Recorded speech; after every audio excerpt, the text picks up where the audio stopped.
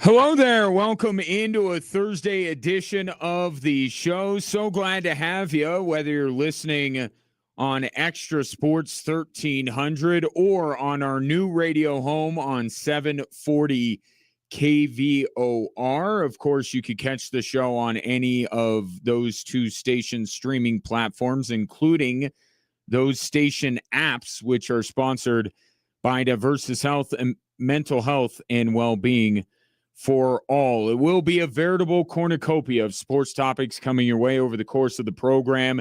And I'd love to get your thoughts at 719-247-1313. Our question today.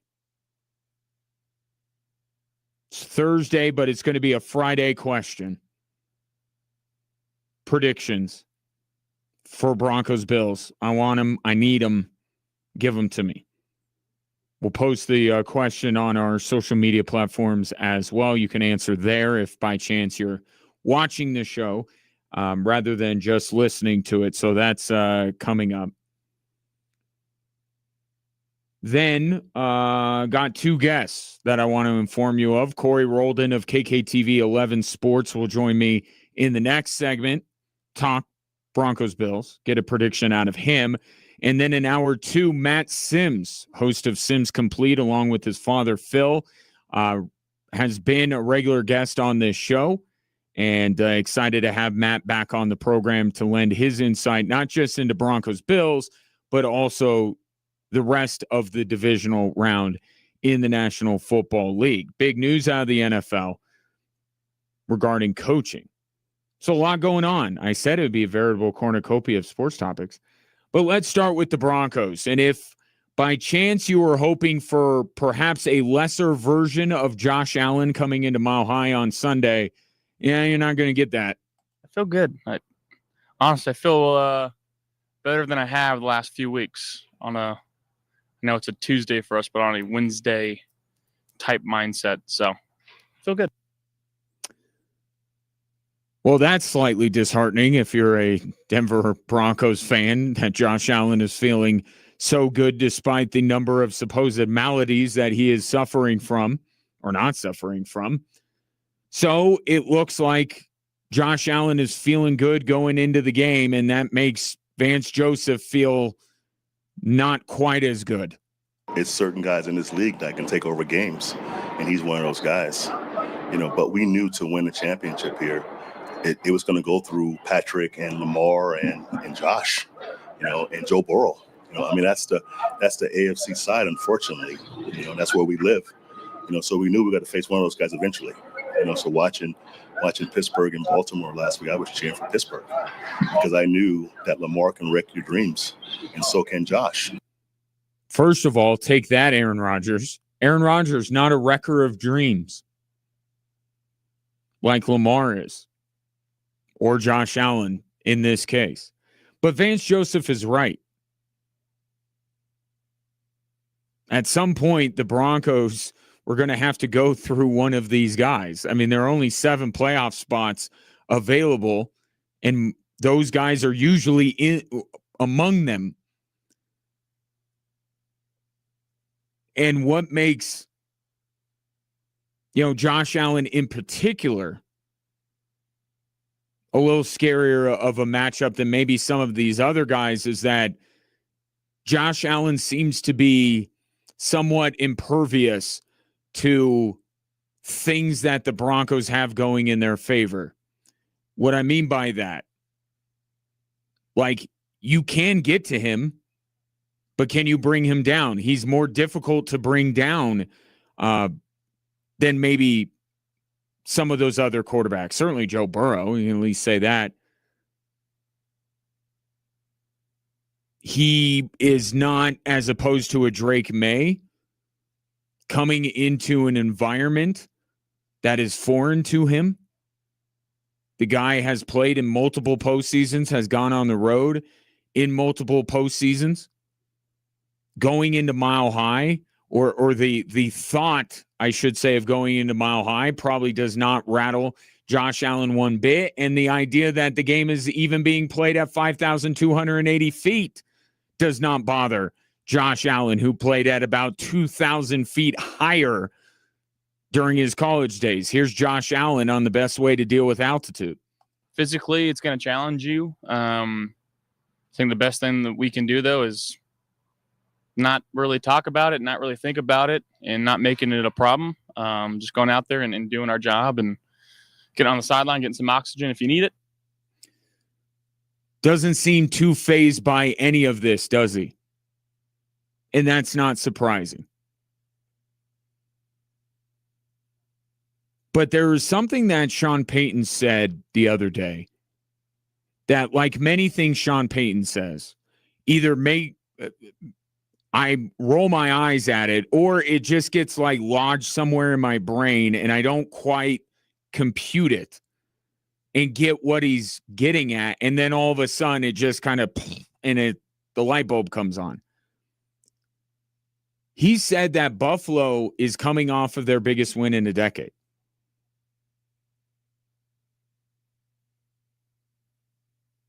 And it's like, they've beaten better teams than Jacksonville. They've advanced past the wild card round multiple times. What is Sean Payton talking about? That was the first playoff road win of Josh Allen's career. And why Sean Payton mentioned that was not really about the Bills riding high. Do you think that the Buffalo Bills celebrated that win the way that Sean Payton framed it? Do you think Buffalo media is talking about that is the biggest win in the last 10 years in Buffalo Bills history? No. Because they're looking forward, because it's about what stage of the playoffs they went in, not where they go, and not even who they beat. Right? Beating Patrick Mahomes is that holy grail for the Buffalo Bills. So the Bills didn't pay. I mean, I'm not locked into Buffalo Bills talk 24/7. But if I'm sitting in Buffalo, I'm not spending a ton of time talking about how big that win was against Jacksonville. I'm talking about how great of a win it was in terms of the way they were able to come back in that game and all that kind of stuff. But this team has played on bigger stages. They've met more formidable foes, with all due respect to the Jaguars. But that's not what Sean Payton was talking about. That's not the meaning behind it. I think the meaning behind it was to bring attention to the fact that Josh Allen and the Buffalo Bills had not been successful on the road.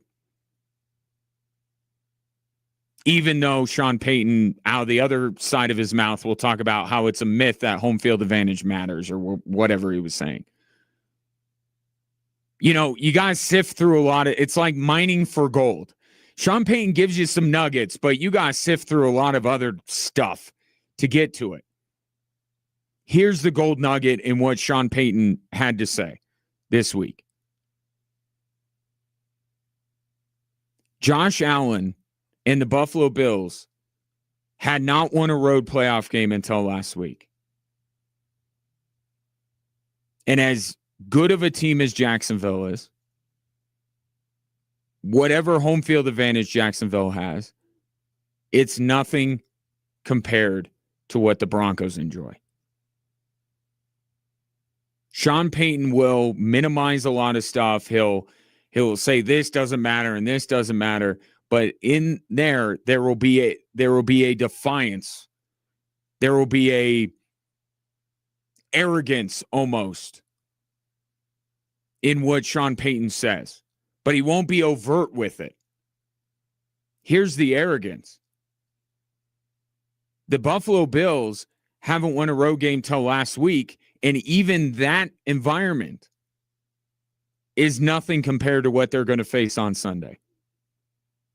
There's Sean Payton throwing out a little bit of a nod to you, the fan, to the city of Denver, to Empower Field, and to his team. And quietly behind closed doors, I think he's going to be telling this team, like, look, we respect Josh Allen and the Buffalo Bills, but they got to respect us too. Because Josh Allen, yeah, you can get to him and he's difficult to sack. This is the best sacking team in the National Football League. They are better at it than everybody else. Yeah, there are other places on the road that the Buffalo Bills may have had to go. You could argue that the place they're going into is the most hostile environment they could possibly have played in this postseason.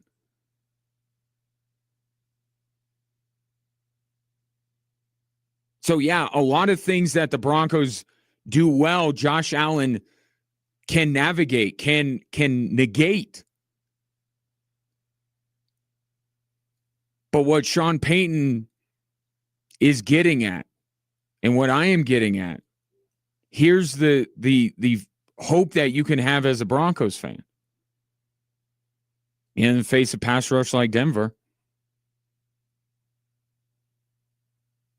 he hasn't won a playoff game in a place like Mile High. And maybe Josh Allen is built for it. And in fact, I think he is. Because the failures that he has had on the road, have they really been his fault?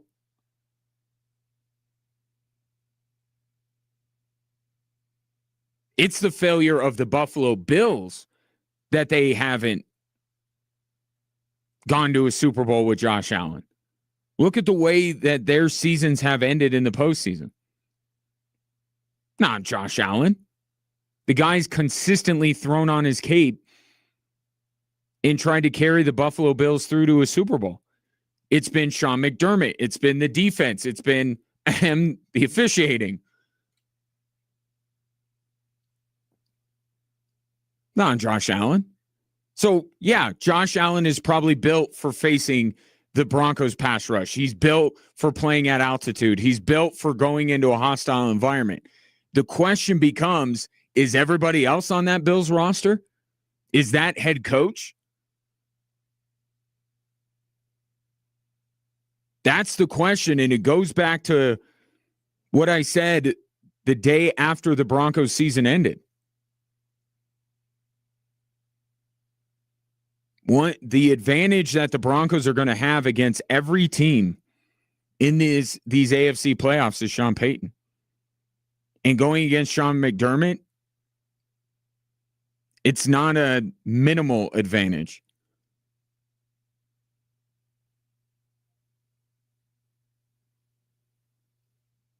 So really, when it comes to Sunday, the headline is Josh Allen against the Broncos defense. It's just the fifth time in NFL history that a reigning MVP and Defensive Player of the Year have met in the postseason. By the way, those other ones, Mahomes beat Bosa, Brady beat Aaron Donald, Urlacher beat Sean Alexander, and Joe Green, and the Steelers beat Ken Stabler. So it's a little bit of a mixed bag if you're looking to that to decide which way you're going to go with Josh Allen and Pat Surtain. That's the headline. That's the matchup we're most looking forward to, is seeing how the Broncos defense handles that, as Vance Joseph calls him, a wrecker of dreams in Josh Allen. But where this game might very well be decided when all is said and done is everybody in a Bills uniform not named Josh Allen. Because if recent history is any indication, it's not Josh Allen that has kept the Buffalo Bills from reaching the Super Bowl. It's everybody else. Can the Broncos get the better of everyone else? And then they do their level best against Josh Allen. That may very well decide Saturday's game.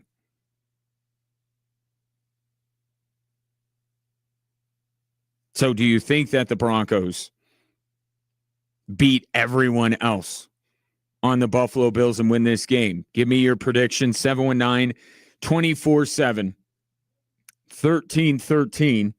You could also answer the question on our social media platforms, Facebook, Twitter, Instagram, at XTRA Sports 1300.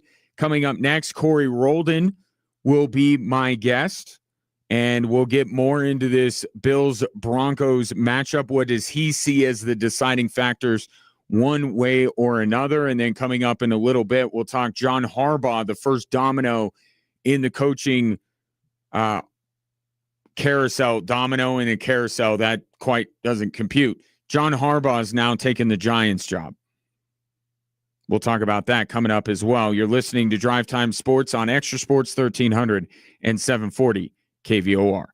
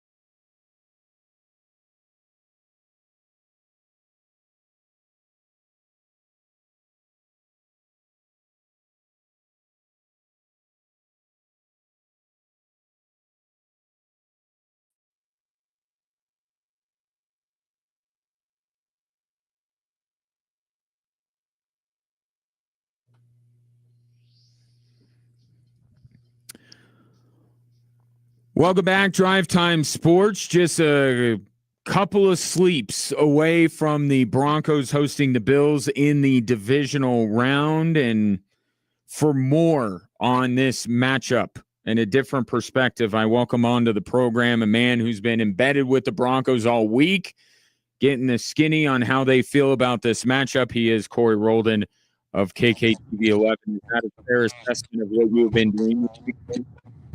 Well, Ryan, this is truly Drive Time Sports because as we speak, we're driving to Empower Field. That's Empower Field right there. Oh, I see. For our 30-minute special with your Denver Broncos tonight at 6 o'clock, Mile High Madness on KKTV. But I've been with the Broncos basically this entire week. I feel like the team is healthy. They feel good. And they know the mentality that they have to have on Saturday against a Bills team where they feel like they have to be the more physical football team and bring the boom to the Buffalo Bills. Does it feel different around the team as opposed to a calendar year ago? Yes, they feel like they could win. They were kind of they weren't happy to be there last year, but this year they feel like, we can win. We've beaten really good teams all year long. Now, does the Bills pose a threat that we talked about last week where we didn't want to face the Bills? Yes, that's certainly true. They understand what Josh Allen brings to the table. They talked about keeping them in a box almost, keeping them caged in. They talked about how they need to stop the run with James Cook and Josh Allen, win the line of scrimmage. But there is a different feel with this football team. I just got done talking about, how Josh Allen is, even down to the altitude, is kind of built for, what the Bills are walking into. Yeah, Could it be possibly that, as much as we love to bill it this way, Allen versus the Broncos defense, which I've done as much as you have, could it actually be everything else that ultimately decides this game? 100%. Because you're going to have to score offensively, and Bo Nix, they can't get turnovers. Bo Nix in that offense can't fumble. I don't think that they can get down early. I think they need to have success on the first, 15, 20 plays of the game, score touchdowns in the red zone, which they haven't done. They need to set up third and manageables as well. So, there's a lot of things about this game other than Josh Allen that are huge. And another thing, too, Broncos country has a huge part on Saturday as well, Ryan. Sean Payton's talked about all week, and it's a staple in New Orleans when he was in New Orleans. You don't start yelling when they break the huddle. That's not going to work. You start yelling when? You start yelling when they go into the huddle so they can't hear the play coming in. That's when you need to start yelling. So it's a lot of fun little parts to this. He's been successful in that endeavor, right? You've been there. The crowd has taken his advice and has been loud when Sean Payton wants them to be. How about the shell games on the scoreboard? Are those still happening? Because Sean Payton doesn't want those either. They happen like in the third quarter. They didn't happen in the Chargers, but the Jags and Packers, they were still happening. So I don't know who's doing that, but Sean not like it. He's not a fan. Corey Roldan, KKTV 11, joining us from Empower Field adjacent, and we'll talk more about the special that he has on tonight on KKTV. Talking about everything else. What is the biggest advantage that the Broncos have with everything else in Sunday's game? What's the one aspect that you're like, this is absolutely going the Broncos' way? Special teams. I trust Will Lutz. I trust Cradshaw's been really good the second half of the year. Marvin Mims is a difference maker. I feel like you can flip field when you need to. And also Mims can create some spark plays that helps the offense get going. That's the area where I'm like, you know what? Special teams could be a big part of this game. Also, Sean's done this before a couple of times. The Broncos might try to steal a possession or two. So you could see on a 4th and 1 on the Broncos' own 40 that they do a fake punt, right? Don't be surprised for any of those plays, because against Josh Allen, if you can't create turnovers because Josh hasn't given up the ball in the playoffs, then you need to find ways to steal possessions in other parts of the game. Let's play the game of two potential realities following Saturday afternoon. If the Broncos win, what is the conversation we are having starting on Monday? They should be the favorites to get to the Super Bowl, no matter who wins in the Patriots-Texans game, that the Broncos are there. The Broncos are ready to compete for a Super Bowl this year. And Josh Allen and the Bills just somehow can't find a way to finish the deal, right? It's another year of playoff failure in Buffalo. If they lose, I don't think it's that dramatic. I think Bo Nix is a second-year quarterback. The Broncos already made huge steps to improving this year.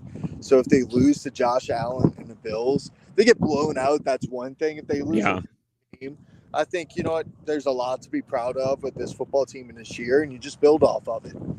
Now, because I think you're right, but I'll ask this question. If it wasn't Buffalo that they were playing, would you be saying the same thing? Like, let's say they were playing the Steelers this week or the Chargers. Would you be saying the same thing? Because I think because of this, it's the Bills' time, that maybe there are Bronco fans that would be like, you know, if it's that team, then but if it was anyone else, we'd be very upset about it.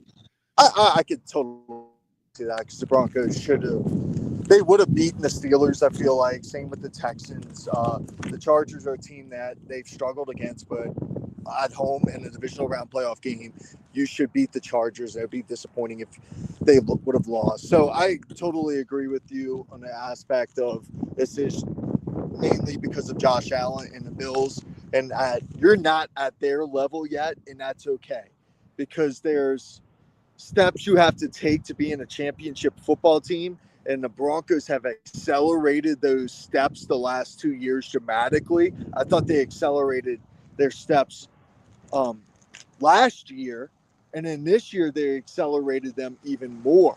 Mm-hmm. So, I mean, they're still a few steps away, but they're very close to being that level team.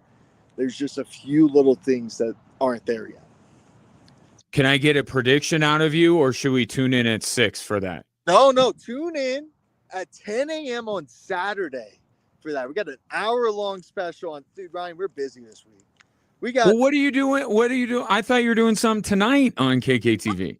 We are. We got two shows. We got a show tonight, 6 to 6:30, and then we got an hour-long show on Saturday before the game, 10 a.m. to 11 a.m. So I'm saving my predictions for around 10:55 because I'm being honest, I keep going back and forth. I have my keys to victory for tonight, and I refuse to give my predictions for tonight. Fair enough. I will demand a prediction out of you when it comes to the other matchup. So if the Broncos win, who are they playing in the AFC Championship? They're playing the New England Patriots, led by Drake May. I think it's going to be a defensive struggle, kind of like the Patriots-Chargers matchup was, but Drake May in that offense does just enough to beat them. All right, so 6 o'clock tonight. I guess the big where we need to be thankful is that we don't have the same weather as last week, because now you have more carte blanche. If there was a weather emergency, you wouldn't be getting 2 hours, Corey. You deserve 2 hours. You wouldn't be getting it because it would be storm coverage, right? I don't know, man. They love so you know what? They like snow, dude, go out in the snow and play in the snow and talk about Broncos.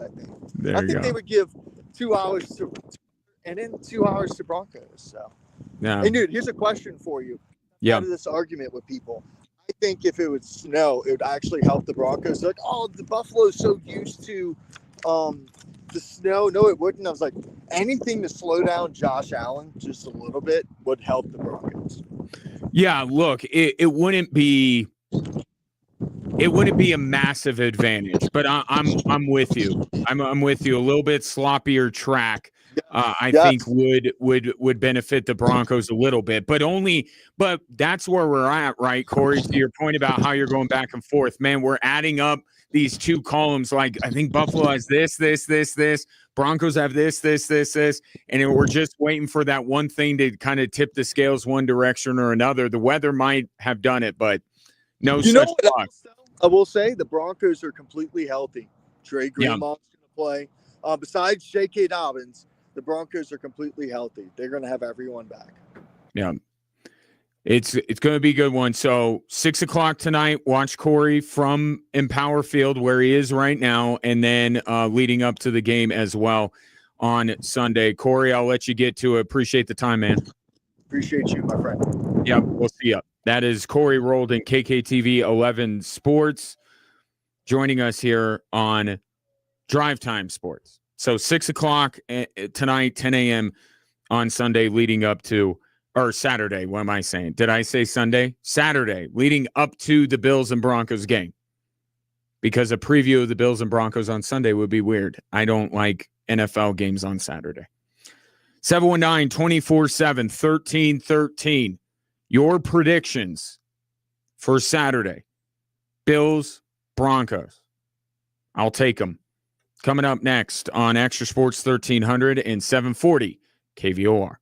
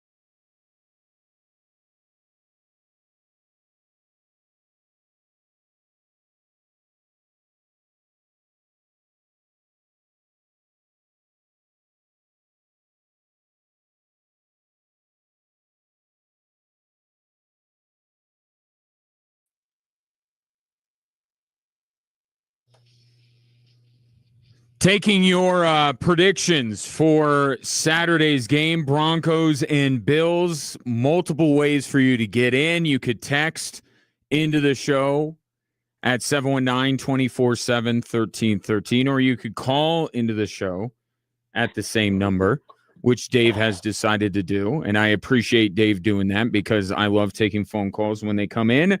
And I love hearing from Dave. Dave, good to hear from you. Been a while. Fire away on the Broncos and Bills on Saturday. Hey, thank you, and Happy New Year. It's Happy been a New long Year. time since we spoke, but I'm always on the phone. So having said that, and you, as many times as we spoke, you know I'm a homer. But unfortunately, this time I have Buffalo 27-24.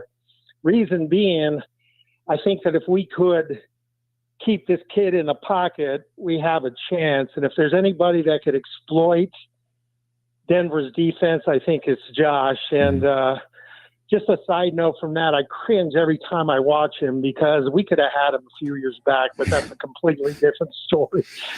John Elway, did you see, not to derail the conversation, but did you see John Elway talking to Shannon Sharp about this? No. Yeah, I don't know if you're on social media, but it's on social. It was on his podcast, and there was a bit of revisionist history going on in terms of John Elway's desire level when it comes to Josh Allen. But anyway, I'll let you go and find that, but continue on.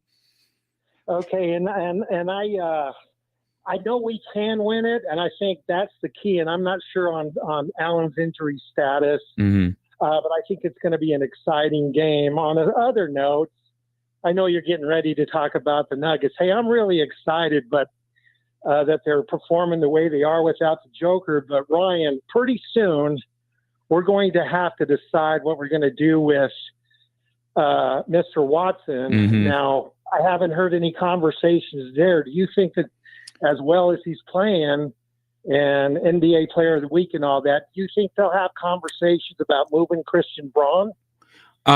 No. I don't think that as tradable as Christian Braun's contract is, I don't think that's a road they're going to go down. Now, I've been talking about this, and I feel like the Nuggets can't afford to give up the flexibility they have earned by trading Michael Porter and by signing Peyton Watson. You can't sign everybody. That's what the Nuggets found out after they won the title, was they can't sign everyone, and they just bled talent after that.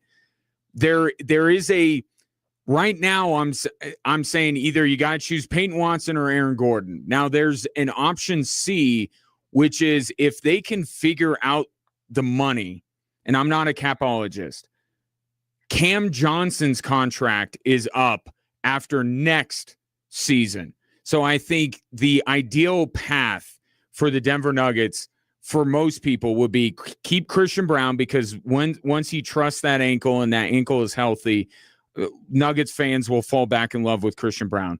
Nobody wants to give up Aaron Gordon, and everyone wants to keep Peyton Watson. Cam Johnson doesn't quite garner that level of support from Nuggets fans.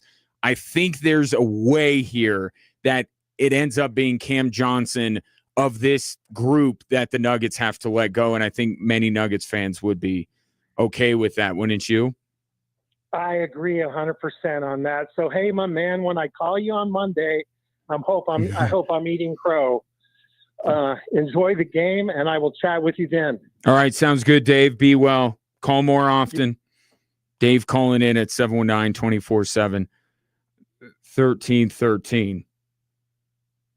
But here's the one thing about that. Since Dave got me on the topic of the Denver Nuggets. Because just from a personnel standpoint, what I just said, I think most people would sign up for. Keep Brown, keep Gordon, re-sign Peyton Watson, and Cam Johnson you let walk away after next year. Here's the thing, though. If Cam Johnson goes and Peyton Watson slides into that spot, you know what we need to call that position on the Denver Nuggets? The box. Because that's what Michael Porter was in for years. That's what Cam Johnson has struggled to figure out how to operate within that. you see what Peyton Watson is doing. You're like, man, we got to keep this guy. And I agree, and I understand that sentiment. But what is going to be his role moving forward on the Denver Nuggets? Because if it's the Michael Porter role, you're not seeing 30-point-a-game Peyton Watson. It's a very, and I'm questioning whether Peyton Watson can fit into that box. Now, when everyone's healthy again, Peyton Watson, this version of Peyton Watson is going to be relegated to the bench. I think he should be. I think Cam Johnson should start. But if Peyton Watson is able to figure out, all right, I've kind of unleashed my game here. I've shown everybody what I can do. Now I gotta do it in smaller doses. I'm not going to get all the playing time. I'm not going to be playing with the same guys. And I think that will be a fascinating, as well as Cam Johnson coming back and resuming his first season with the Denver Nuggets, to see how these two guys handle their roles. And maybe that helps make the decision easier on who to move forward with. Now, again, I'm not a capologist, but the way I look at it is you're going to have to get rid of somebody. And if there's a way, because Peyton Watson is a restricted free agent, we've seen the Warriors do this with Jonathan Kuminga to the point that Jonathan Kuminga thinks he can demand a trade out of Golden State, which is hilarious. Can the Denver Nuggets kind of, hopefully not, screw over Peyton Watson at all, but just come to him and say, like, look, here's the situation. We want to keep you long term, but we want to keep this team together for another year. No offers from the outside, because that's the trigger for restricted free agency, right? Is somebody going to offer Peyton Watson a ton of money? We don't know that yet. But let's say nobody does. Then the Nuggets hold all the cards and they can try and work out a backloaded deal, kind of like with what Aaron Gordon did, to be able to keep the team together. And then Peyton Watson assumes the role of Cam Johnson after Cam Johnson's contract expires. I just don't see a way where everyone stays. And by everyone, I mean, don't forget Tim Hardaway. Don't forget Jonas Valanciunas. So this is where Ben Tenzer being the cap guy comes in handy, because he's going to have to do some cap gymnastics to even keep this team together for next year. But I think I've been diving into this with my limited knowledge of the salary cap. I think if they can sign Peyton Watson at a lower rate year one without anybody interfering and offering him a big deal. Remember, who is that? Clint Capella. That Daryl Morey came in and offered some like ridiculous like year one, it was like super cheap, and then year two, it was like quadruple. Like he built a contract to make it so the team that had him couldn't sign him. They couldn't make it work. Does somebody do that with Peyton Watson? I don't know. A 2-week stretch is not enough for me to say somebody will. But if nobody offers Peyton Watson a ton of money, because nobody offered Josh Giddey a huge contract, nobody offered Kuminga a contract. So if that happens, then the Nuggets have the flexibility to be able to say, all right, here's what we're willing to do. You're a part of our future, but right now, we got to keep this thing together. And can you meet in the middle like that, given that Peyton Watson is loading up for a big payday because he hired Rich Paul? So there's a lot of questions surrounding the future of Peyton Watson, but it does seem to me that there's a path here to where Peyton Watson stays long-term, not at the expense of Christian Brown or Aaron Gordon, but of Cam Johnson.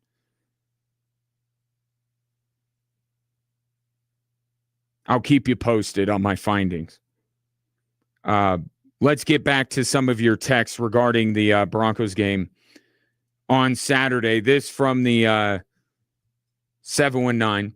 This is Josh Allen's 8th year in the league, and he's only 3 years older than Nix. Nix is who he is. The Bills are going to destroy the Denver Broncos. I don't know if my prediction is destroy. I'm holding firm on the Bills are going to win on Saturday.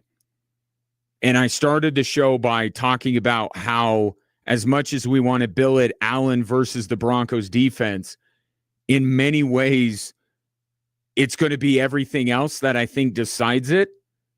And that's where, specifically to you, the texter's point, Bo Nix against this very good pass defense of the Buffalo Bills. We know Allen is the biggest advantage Buffalo has. But can the Broncos make up the ground everywhere else? I don't know that they can. I don't think it ends up being a blowout. But that's kind of where I tip the scales in Buffalo's favor. This from the 719. I think if the Broncos can establish a run game early, the altitude will get the best of the Bills' defense. Broncos by 4. That from Scott and Florissant. You know, it's funny that you bring up the altitude. Josh Allen, I played the clip earlier. I'll just play it for you again. Here's Josh Allen when asked about the altitude. Remember, he played at well over 7,000 feet above sea level in college. Here's his advice for handling altitude. Physically, it's going to challenge you. I think the best thing that we can do, though, is not really talk about it, not really think about it, and not making it a problem. Just going out there and doing our job and getting on the sideline, getting some oxygen if you need it. I'm not saying that Josh Allen is a scientist or medical personnel. But I feel like I feel like so much of the altitude thing is also between the ears. And that's Josh Allen saying, like, let's not make this a bigger deal than what it is. Is it a thing? Sure. But last time I checked, the Denver Broncos are not unbeaten at home over the last 20 years. Teams have come in and dealt with altitude just fine. I think Josh Allen's got it right. Let's not make something that is a small part of Saturday's game into a bigger part than it needs to be by talking about it or making a bigger deal out of it than it needs to be. And then either earlier in the day or right after Josh Allen got done speaking, here was his head coach on altitude. I'm a believer that it's real. So you hear a lot of different things about it, but at the end of the day, we've got to manage it in order to play a winning level of football for ourselves.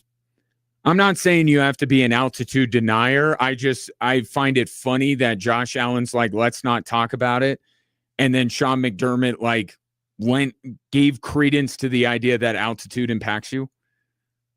He didn't make a huge deal out of it. I just thought that was kind of funny. Allen's like, let's not talk about it, and Sean McDermott proceeds to talk about it. But I think, to your point, Scott, this is the fast start part. There's the fast start because you can't fall behind against Buffalo. Right? You just can't. Josh Allen isn't going to make enough mistakes for you to climb back in the game. You have to start fast for that reason. That's a neutral field. That's anywhere against Josh Allen. Or just in the playoffs in general. Very difficult to rally from behind in a playoff game. But Sean Payne also talks about the fast start because of altitude. And that gives the Broncos a chance to perhaps with the run game wear down the Bills defense, which Josh Allen is not a part of. 719-24-7-1313. More Drive Time Sports coming up.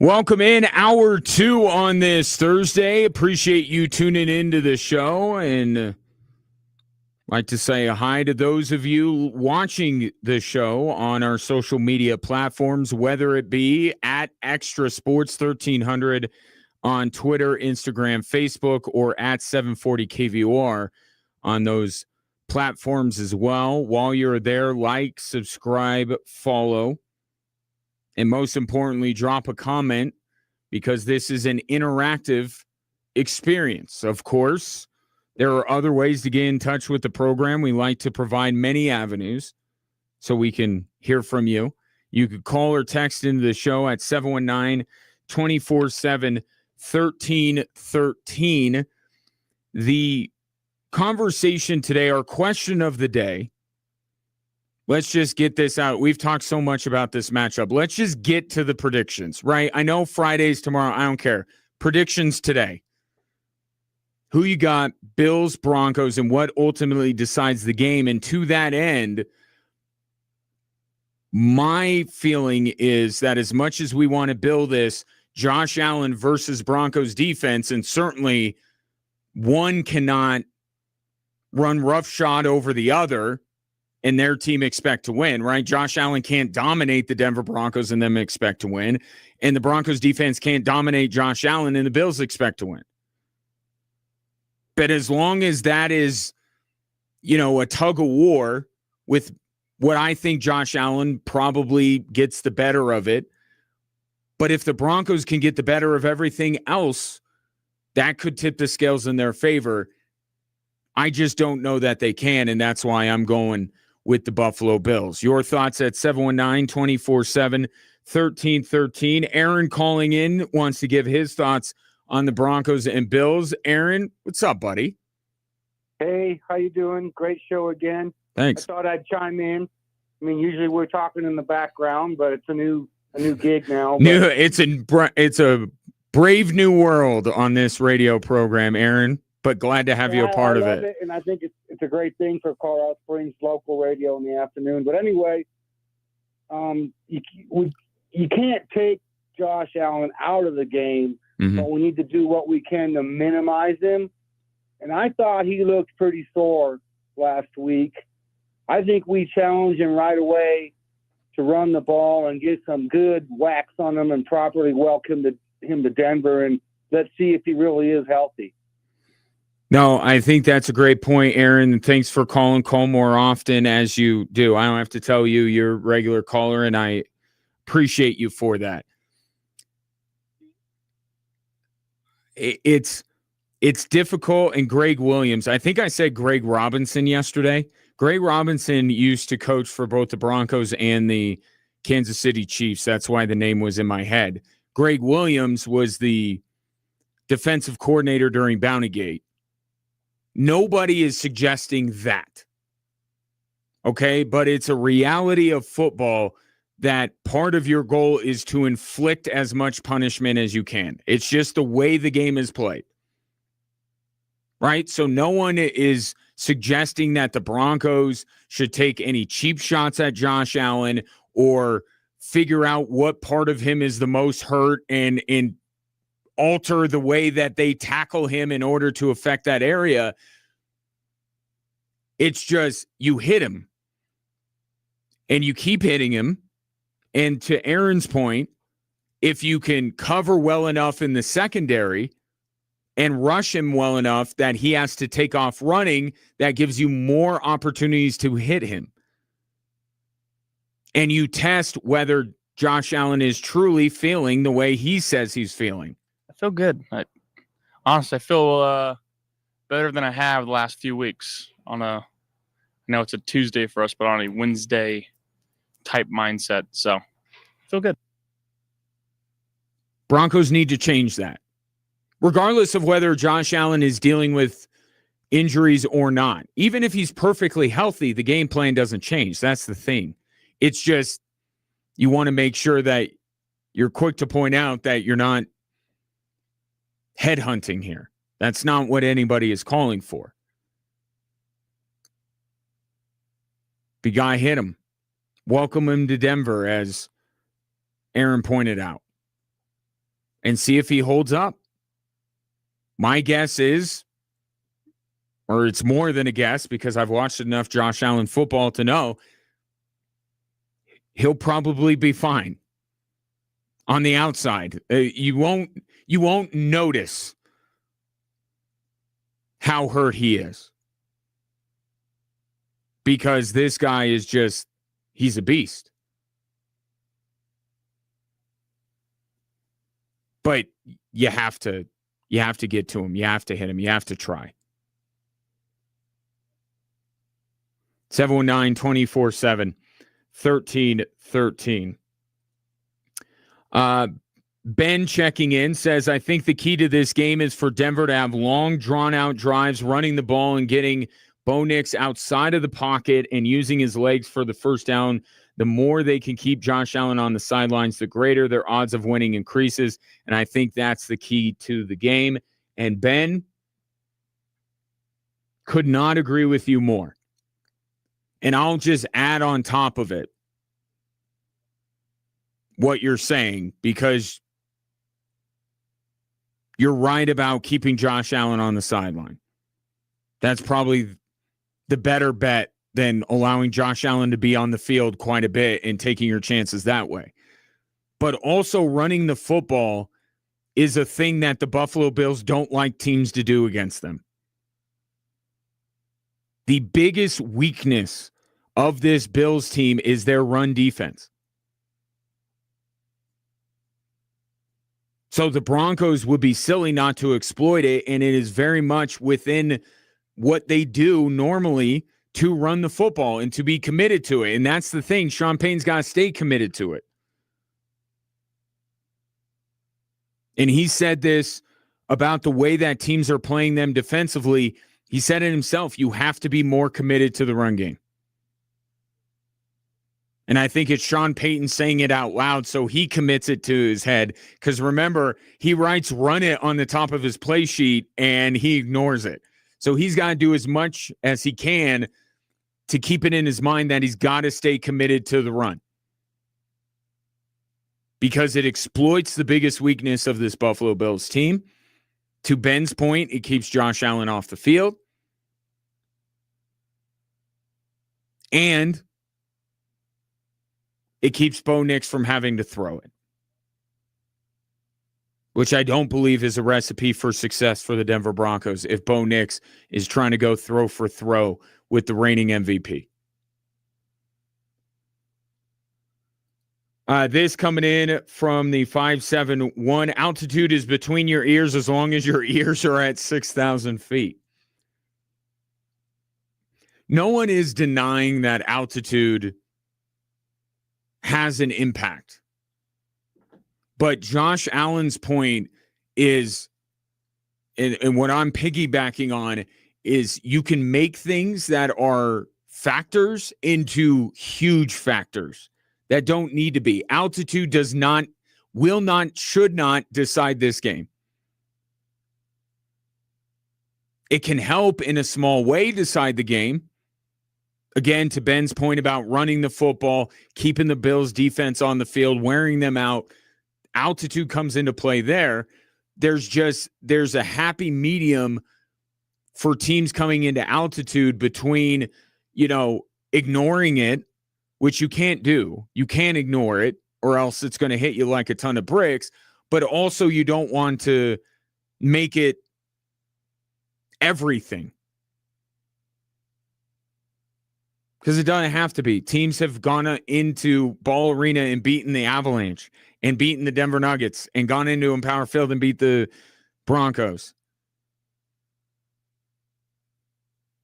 And teams that play baseball at 5,280 feet visiting from elsewhere are as comfortable, if not more so, than the team that actually lives at 5,280 feet. But that might be a little bit a different circumstance. The point is, there have been many teams that have won at altitude, and the Bills can be that team again. But with everything else you have to worry about, Pat Surtain, the Broncos pass rush, Sean Payton, the crowd noise, all of this kind of stuff, why would you make something a bigger deal than it needs to be? That is the point that Josh Allen is making. But for anyone that says altitude isn't real, no, it's real. And for the Broncos, it's spectacular. 719-24-7-1313. Brett, perhaps this would be great content for your show. The Buffalo Bills win the AFC Championship and go to the Super Bowl and can win the Super Bowl with a field goal to end the game, and it hits the upright. Better yet, it hits the upright, right upright, ricochets, and hits the left upright. That should give you a couple of weeks of fun stuff to talk about. Actually, it won't be. It won't be, because this is a local sports show. We would move it on to what the Broncos need to do. Here's what happened in the Super Bowl. Here's what the Broncos need to do to get there. I know what you're doing. This was, for those of you who don't know, Brett asked me what I would rather have happen, what I am rooting for to happen. And I am someone that roots for content. I don't want a dud of a football game that I have nothing to talk about. The better story is Josh Allen and the Bills win the Super Bowl. Not Josh Allen and the Bills beating the Broncos, but Josh Allen and the Bills winning the Super Bowl. And that's why I said that if the Bills are going to beat the Broncos, like, I'm the last person that anyone should care about what I want to happen or what I hope happens on Saturday. But since the question was asked, for my own selfish purposes, if Buffalo's going to win this game, they better win the whole thing. Because for Buffalo to come into Denver and win and just go to Foxborough next week and lose, that would be lame.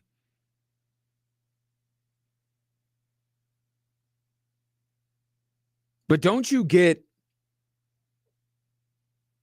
have that sense, though, all joking aside right now, doesn't it feel like the winner of this game is going to go to the Super Bowl? Doesn't it feel that way? I mean, I'm not trying to disrespect the Patriots or the Texans, who are both terrific teams. But doesn't it feel that way? And look, I was already on record last week saying that I think the winner of the Jacksonville-Buffalo game is going to go to the Super Bowl. And I still feel that way. I watched the Buffalo Bills play in that football game, and I said, yeah, that's a team that can go to the Super Bowl. So nothing changed my mind watching Buffalo play last week. But for the Broncos, I feel like it's almost like they're getting the final boss like a stage early. Like they're going up against Bowser, and then on the other side of it, they have something else. Like, it feels like if the Broncos beat Buffalo with everything that Buffalo has, which is, the weight of history, which is maybe people's rooting interest are on their side, and it's Josh Allen, and it's the experience and all this kind of stuff that Buffalo has going for it. I mean, if the Broncos get past this, and most importantly, how problematic of a matchup I think Buffalo is for Denver. If they get past this,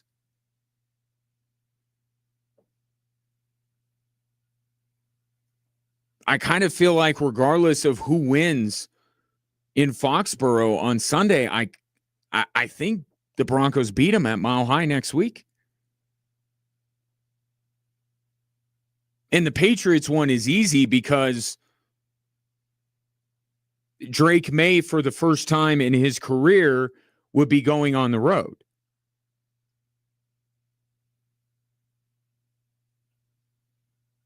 But even Houston, I feel like,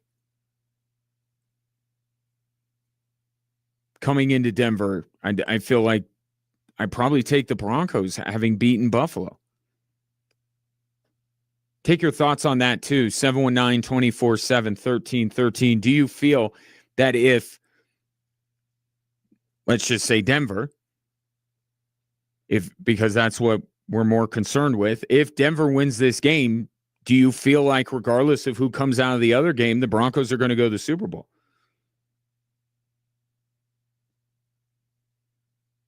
(719) 24/7 1313. Coming up next, Matt Sims of Sims Complete NFL Network Radio. The man is all over the place, and he is kind enough to join me on the show, and he will do that next here on Extra Sports 1300 and 740 KVOR.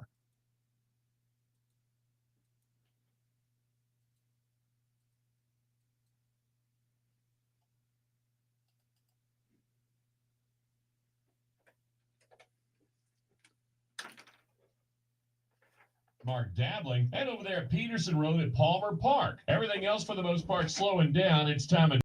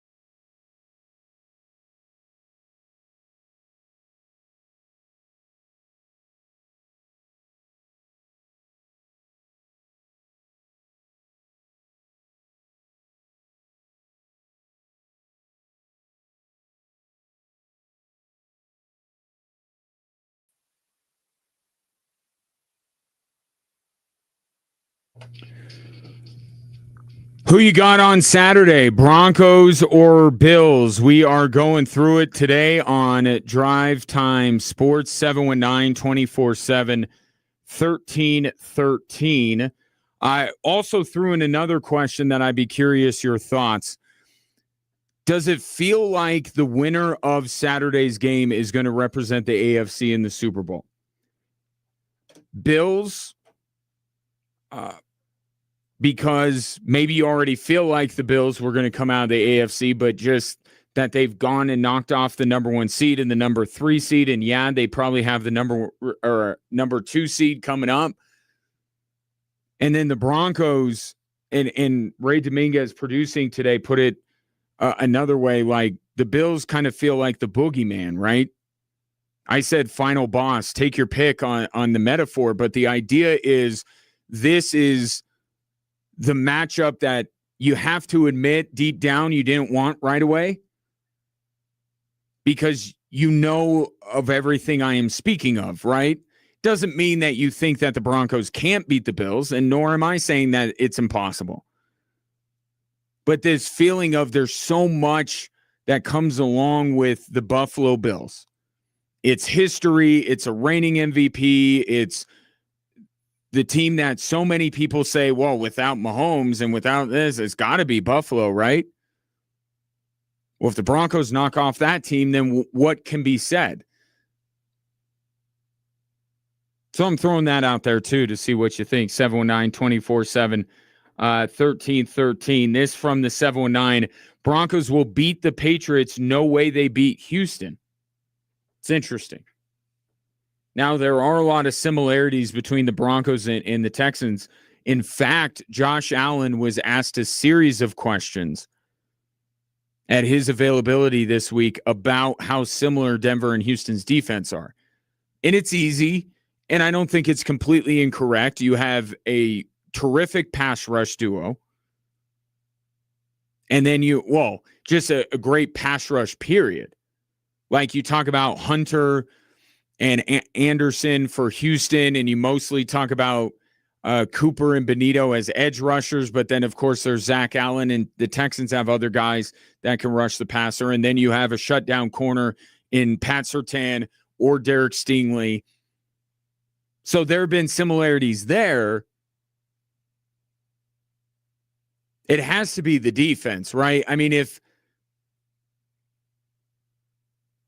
that would what you would have to base it on. You can't say that the Broncos would beat Buffalo and then C.J. Stroud would get the better of them. Not to diminish C.J. Stroud, but he's not better than Josh Allen. In no universe is he better than Josh Allen. So if you're saying that, you have to be saying Houston's defense is going to dominate the Broncos offense. And I think that's a valid argument. I still feel like Denver gets it done if they get past Buffalo. But that is a big if, because I'm not taking them to beat Buffalo. This coming in from the 719. This is from Dave. I have a feeling that whoever wins Saturday will be playing the Texans. That defense is unstoppable right now. So we have a couple of votes for Lee Corso, not so fast, my friend, and putting on that Longhorn mascot head. And I'm not saying it's a foregone conclusion. But I feel like the winner of this game on Saturday, I'm taking them over New England or Houston. I just don't see a scenario in which I think lesser of either team based on them winning on Saturday. In fact, I'd probably feel even more bullish. The only scenario in which I think I can get on board with taking Houston over either Buffalo or Denver is if they absolutely dominate New England. And that's not just the defense, right? Did you see the way that CJ Stroud played? Like, that guy has to dominate the New England defense too. Yeah, I feel I'm going to, barring something that I cannot foresee, I think the winner of Saturday's game is representing the AFC in the Super Bowl. This coming in from the 719, Texans versus Rams in the Super Bowl. I'll just, since we're opening up the conversation, allow me to chime in, if I may. I have Buffalo beating Denver. I have, and this is probably why we're on two opposite sides of this, I don't even think that the Broncos play Houston next week if they win. I think New England beats Houston. Now, I will say that is the game I am least confident in, because I have a degree of confidence in all of my picks. That would be the one that I'm the least confident in. So I will say that, but I think New England wins. And then on the other side, I think the game I'm most confident in is LA beating Chicago. Been a great run for the Bears. I don't see the Rams imploding in the way that Green Bay did.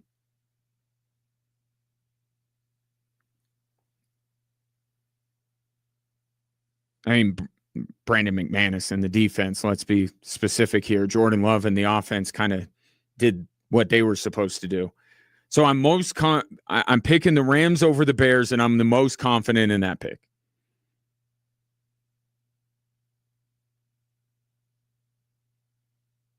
I think the game I'm the second most confident in would actually be Denver-Buffalo. Then it would be San Francisco, and I have San Francisco beating Seattle. And the reason why that would be the game other than Houston and New England that I am the least confident in is because I know that this ride that we are on with the 49ers, maybe not we, but the ride that the 49ers are on, there's a tipping point here with San Francisco to where, one injury is going to be too much for even them to overcome. Is that George Kittle? I'm going to say no, but it could be. So I don't think I see San Francisco. No, I shouldn't say that. I could see San Francisco win the whole thing, but I feel like there can be some point here where these injuries reach critical mass and Shanahan and Christian McCaffrey, and maybe it's an injury to Christian McCaffrey, and even the 49ers can't deal with it.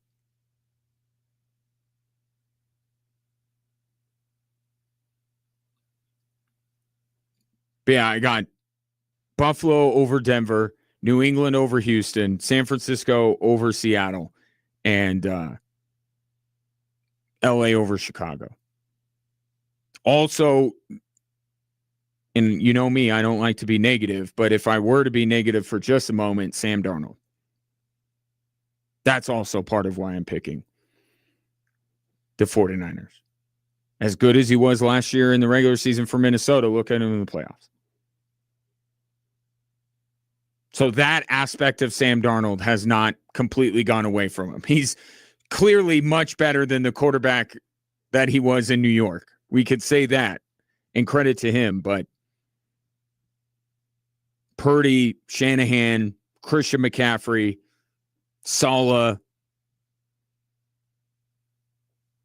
I'll ride with that group against Darnold, McDonald, and that Seattle team. So we'll open it up. primarily, I want Bills Broncos, your prediction for that, of course. But if you want to open it up and talk about the other 3 games, I'm here for it. Also, big news out of the NFL. The first job has been filled across the NFL, and it is probably because Mike Tomlin's not taking a job this offseason. The biggest name off the market. What about that fit? 719-247-1313. More Drive Time Sports coming up next on 740 KVOR and Extra Sports 1300.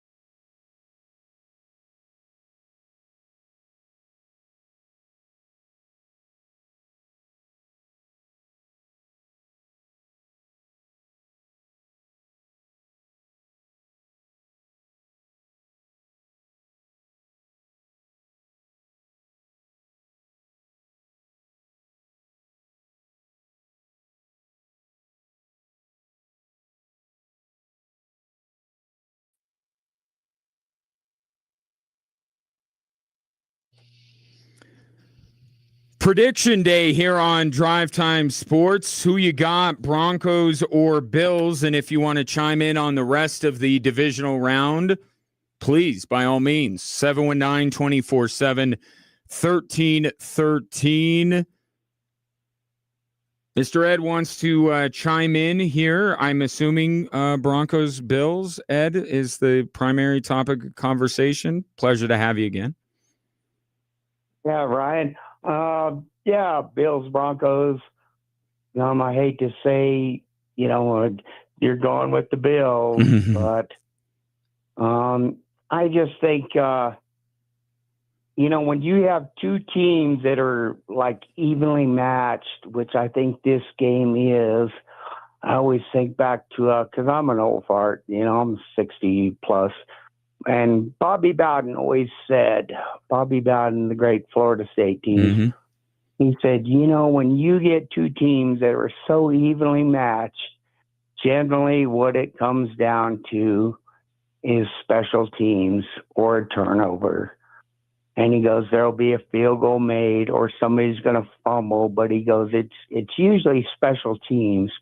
And I often think about that, and darn if he isn't right on a few games that are evenly matched. So I love my Broncos, and I think it will come down to a field goal. But I often think about that. But I think it's going to be a good game. Oh, it's going to be phenomenal. That we can all agree on. I think this weekend of football and last weekend of football was phenomenal. I think this one has the chance to do it as well.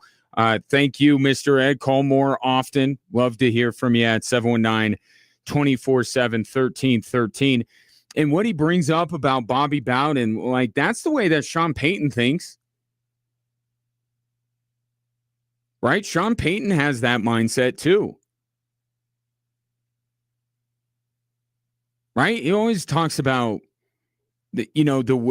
what is basically winning on the margins. Right? The not being the most penalized team late in the game or the kicking game and all this kind of stuff. Bobby Bowden, I don't know if Sean Payton has never gone on a 5-minute story hour talking about Bobby Bowden, but I think they have the same mentality, and I think it very well could come down to that. And that might make you confident if you're a Broncos fan, shouldn't it? This team has repeatedly shown that if a game comes down to the margins,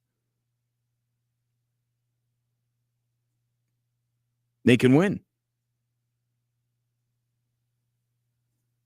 If a turnover is the thing, though, that's what's going to be really interesting. Because the Broncos, in the more macro view, don't create turnovers. But all of a sudden, they get a couple against Green Bay. They're able to force some turnovers. Chargers, Kansas City, does this version of the Denver Broncos that sit here today getting ready to play the Bills, are they better at creating turnovers than the team that existed a month and a half ago? It's possible.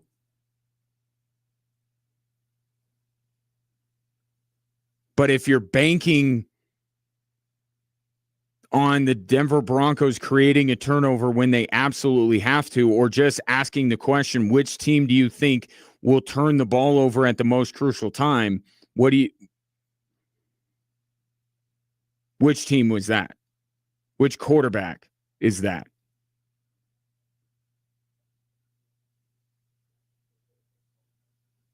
But to Ed's point, look, we do this all the time. There's something who saw Brandon McManus missing multiple kicks? Who saw the Steelers-Ravens game on Sunday night before we even got to the playoffs coming? There will be something. That's one of my predictions outside of the result. There will be something that happens. There will be a player that factors into the equation that we didn't expect to. There will be something that happens that we didn't expect. And it may tip the scales one direction or another. I think that's why we love sports, if I recall. This coming in from Albert, put my money on the Rams and Bills in August. Ooh. I think I was having a conversation with someone today that pressed me on who I think is going to be in the Super Bowl, and that's exactly what I said. So, Albert, I would cash out right now because I just gave your bet and my prediction the big old smooch of death.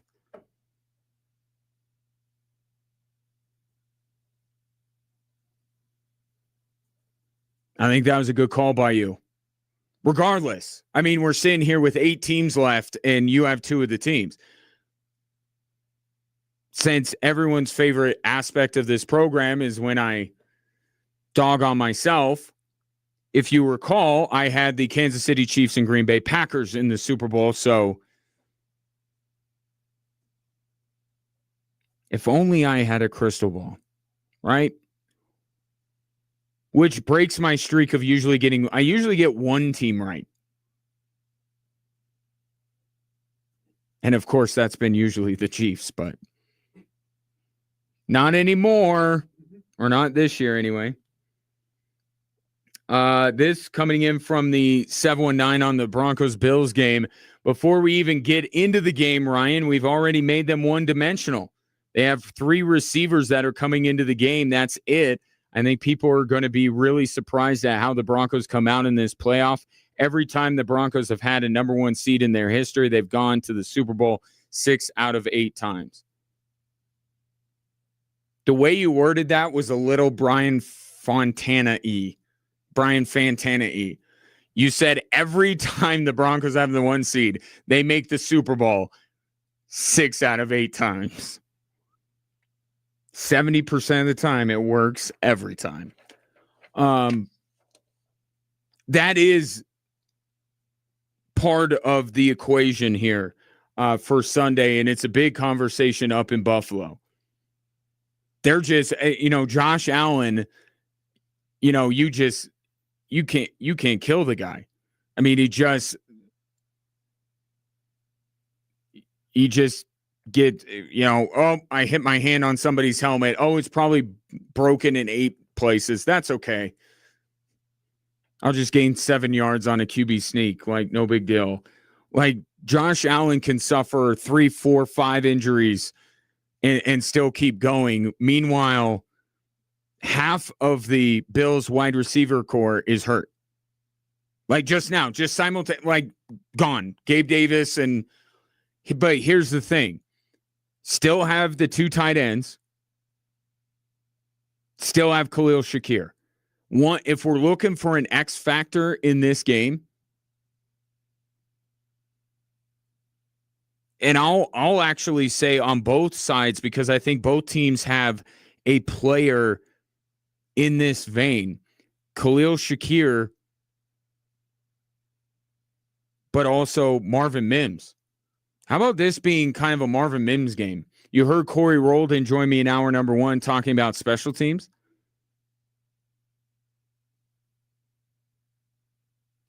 Maybe this is a game where Sean Payne can involve Marvin Mims a little bit on those end arounds. Maybe some screens. I know screen is a dirty word in Broncos country, but hey, you got to have the entire playbook available to you.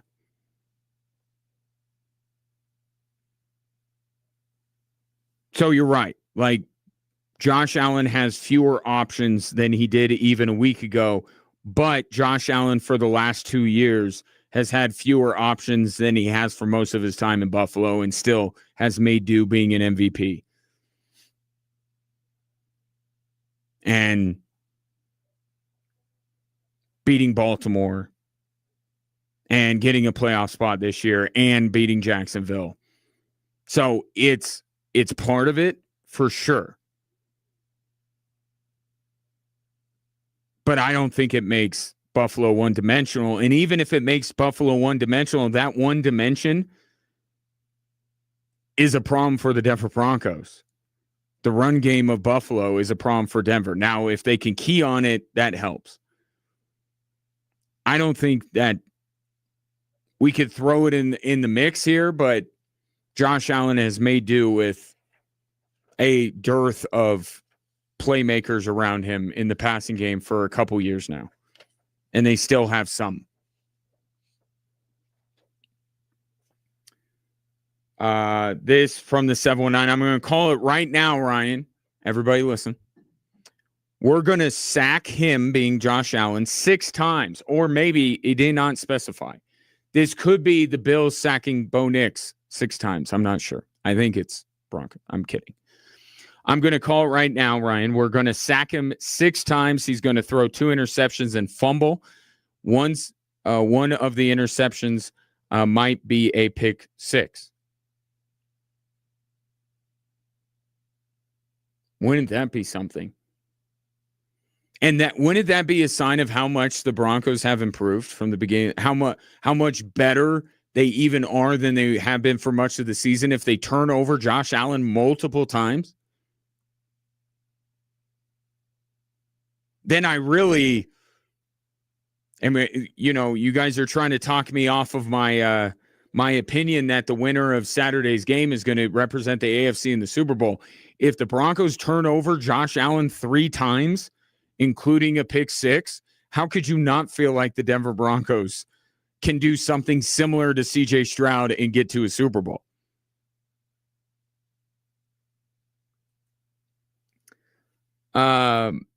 Albert chiming back in on his Rams-Bills bet. He says he's had the Bills the last 3 years. Understandable.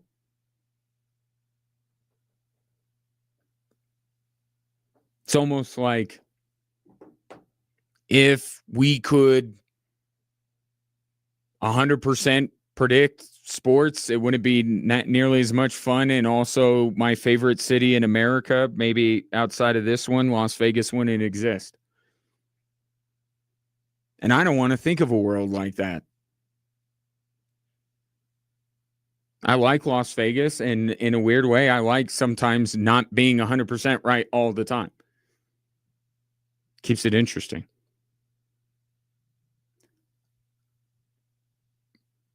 Texter comes back in, the one predicting multiple turnovers.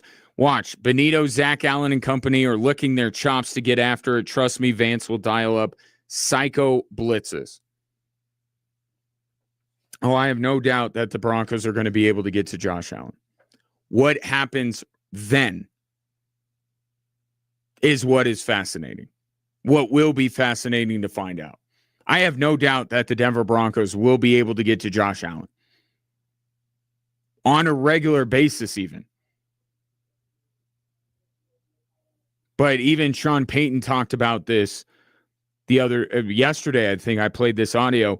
One of the lesser talked about superpowers that Josh Allen has is his ability to create not just plays out of pressure, but big plays. Like his ability to, even when he is under heavy pressure, still be able to look downfield and find a guy open and throw it 20 or 30 yards down the field. He is terrific at that.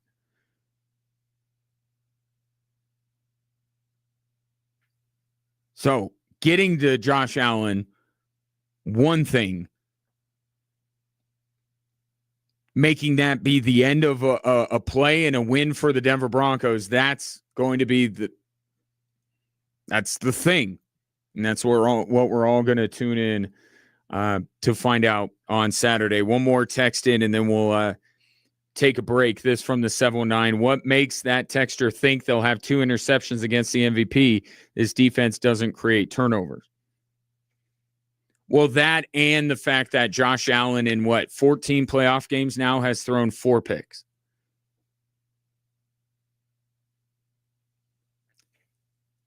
I would respectfully disagree with the idea that the Broncos are going to create 3 turnovers on Saturday. But I'll say this. If they create 1, forgive me for, I'm sounding like Doctor Strange here, putting up the one finger. It might just be 1 turnover is all they need. Think Pat Surtain against the Green Bay Packers. Maybe it's just that 1 to keep Buffalo from double dipping going into the half and coming out of the half.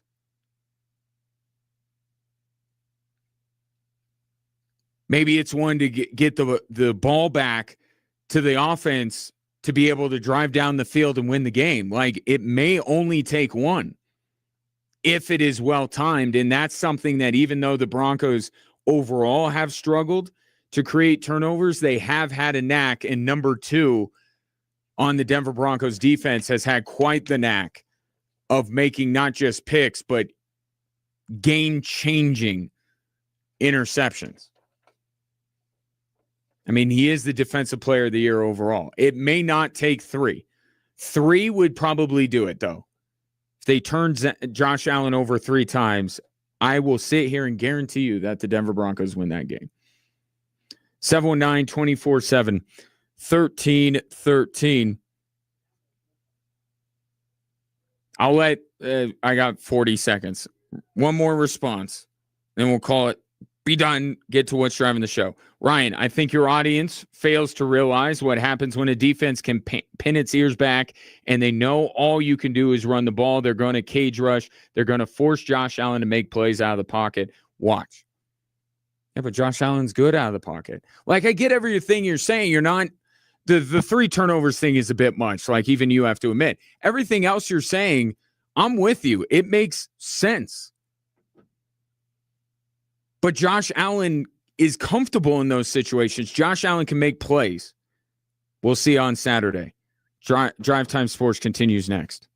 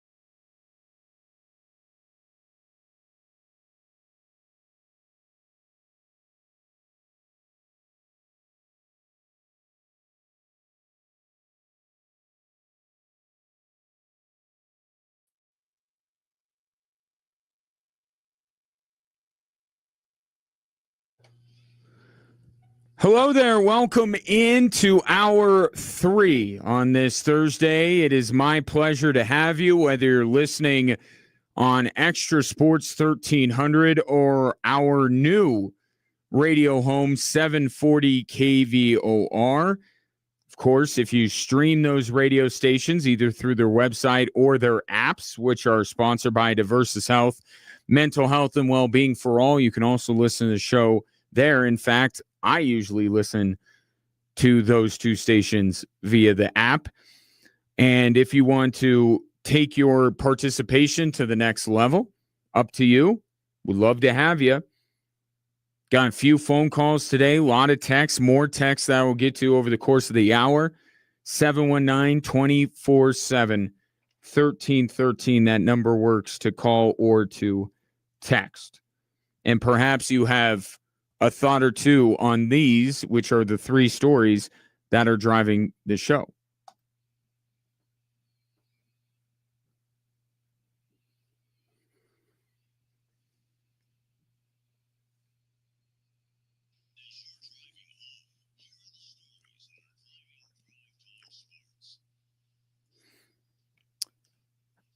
All right, let's start with the wrecker of dreams. Here's Vance Joseph. It's certain guys in this league that can take over games, and he's one of those guys. But we knew to win a championship here, it was going to go through Patrick and Lamar and Josh, and Joe Burrow. That's the AFC side, unfortunately. That's where we live. So we knew we got to face one of those guys eventually. So watching Pittsburgh and Baltimore last week, I was cheering for Pittsburgh because I knew that Lamar can wreck your dreams, and so can Josh. Yep. Got to go through one of these guys at least if you're going to get to a Super Bowl. Again, I can't get over how much shade he just threw at Aaron Rodgers, but it's all right. He's retiring. It's not a big deal. Yeah. The Broncos defense absolutely is facing its toughest test. Josh Allen on a playoff stage. This is the most difficult test. But what I will say, and Sean Payton mentioned the other day how the Bills had won their biggest game in 10 years against Jacksonville, and it's not because of the opponent or the round it came in. It was because it was on the road, something that the Bills had not done with Josh Allen. Went on the road. So what was Sean Payton getting at there? Let's combine it with what Vance said. This is the toughest test Josh Allen has faced. Can we say that in terms of a defense? I think that you can say that. And it's why I said earlier in the week of the things that would worry me the most if I'm a Broncos fan, and of course Josh Allen has to be one of those 3. I think that the Broncos have more to be able to defend Josh Allen than they do to defend some of these other things, to negate some of these other advantages that I see Buffalo having on Saturday. The Broncos have an elite corner. They have the best pass rush in the league that set a franchise record for sacks.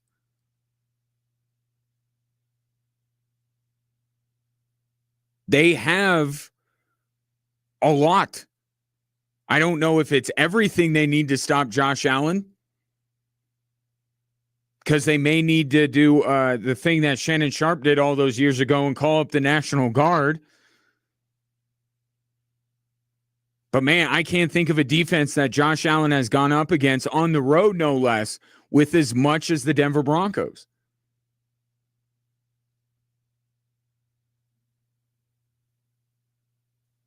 So I think that's going to be closer to a stalemate than maybe some people would like to believe. The discourse throughout the week, and even just in the last segment, is either the Broncos are going to dominate or the majority of people, Josh Allen's going to dominate. I don't think either is true. I think that's going to be a phenomenal tug of war back and forth. Here comes Nick Bonito. Can he get Josh Allen down? Or Josh Allen steps up in the pocket. Can Surtain pick him off? That's the headline, is Josh Allen versus the Broncos defense. And that's why I think it might be everything else that actually decides this football game. It may be how Bo Nix performs against the Bills defense more than Josh Allen against the Broncos defense. I think Vance Joseph has all the tools at his disposal to try and limit Josh Allen as well as anybody has been able to limit Josh Allen in a playoff game. So if that in some way cancels each other out, now we look at everything else. And I still look at the run game, which Josh Allen is a part of, but James Cook is a bigger part of. Say, don't like that matchup still. And I really don't like the matchup of Bo Nix and the Broncos offense going up against this Bills pass defense. So in the end, because today is Prediction Thursday, TM, I'm taking the Bills over the Broncos. But I think it is shortchanging the Denver Broncos to just keep saying they've never faced a test like Josh Allen. While that is true, I don't know that Josh Allen has faced a defense like this in the postseason. And it will be, as the kids say, absolute cinema on Saturday afternoon. Speaking of absolute cinema, this guy has been pretty good as of late for the Denver Nuggets. Topic number 2. I don't know. I guess it just, I don't know, gets me to the All-Star game and makes everybody have to have a different narrative. I hope that Jamal Murray really gets excited about something in his life. Because it's certainly not a lot of stuff that we care about. Jamal Murray last night, after another 30-point game and another Denver Nuggets win without the best player on planet Earth, Jamal Murray asked what it would mean to him to be an all-star. That is so Jamal Murray, that answer. But it was thought-provoking, though. What would be the narrative if Jamal Murray were to make an all-star? Because we have to be honest that part of the legend of Nikola Jokic, the mystique around Nikola Jokic, is the fact that you can say, well, he never had an all-star teammate. Never had a teammate make an all-star game. Well, Russell Westbrook was all-star, and that doesn't count. Which I agree, it doesn't. It's part of the Jokic mystique, is that he's doing this with a lesser cast of characters.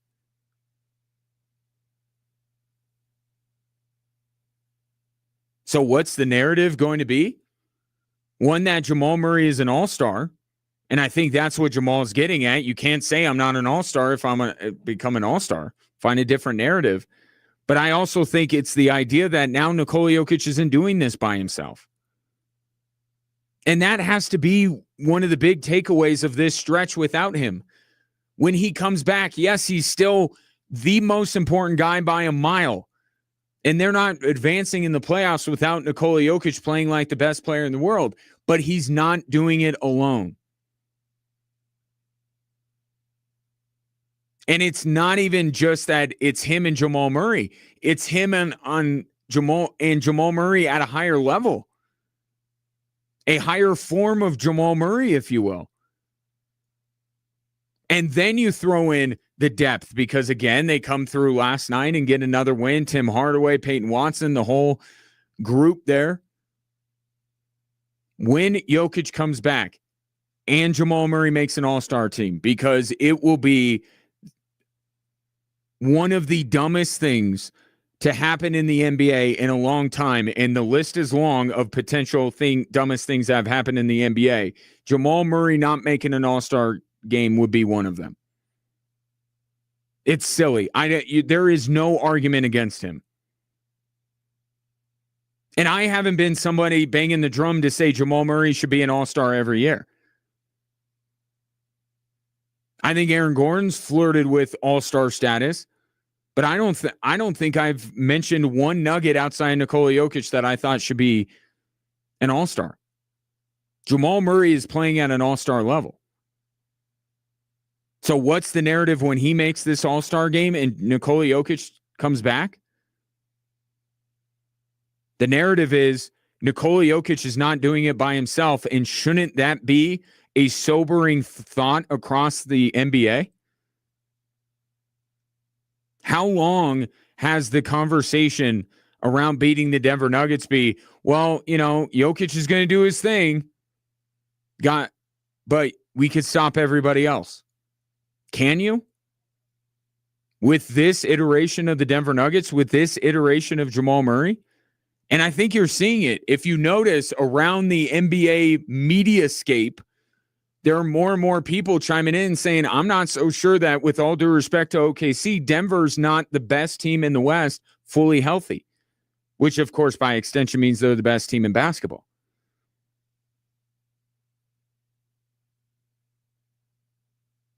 We have not talked a lot about Nikola Jokic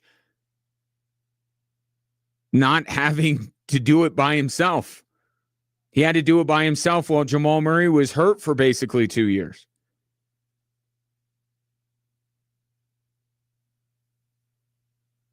And while it would be an exaggeration to say he had to do it by himself last year,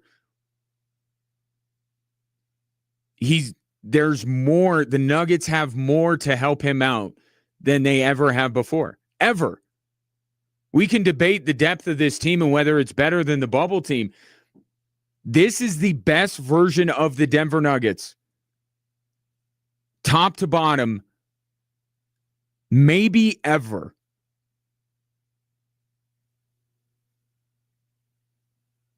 If they are fully healthy.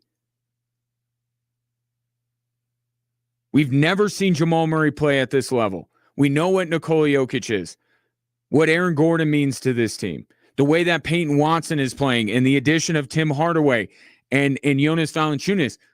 This might be fully healthy, the best version of the Denver Nuggets in their history. And I think that is a realization that people are starting to come to. That is the narrative now, or will be the narrative once Jokic is back and Jamal Murray rightly goes to LA as an all-star. Nuggets win another one without Nikola Jokic last night over the Dallas Mavericks. We go back to the NFL for story number 3. The first coaching vacancy has been filled, and it's by the biggest name on the market. If you believe that Mike Tomlin is not on the market. John Harbaugh has reportedly agreed to become the next head coach of the New York Giants. And for the Giants, this is a massive coup.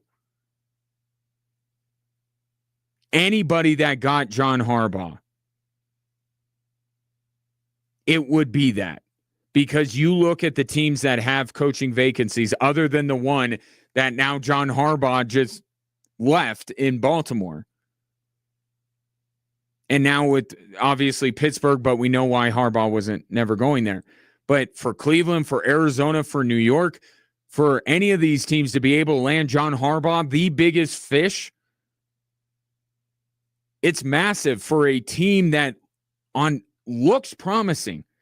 Jackson Dart looked promising this year. If not for Bo Nix going berserker in the fourth quarter, I mean, Jackson Dart comes to Denver and wins.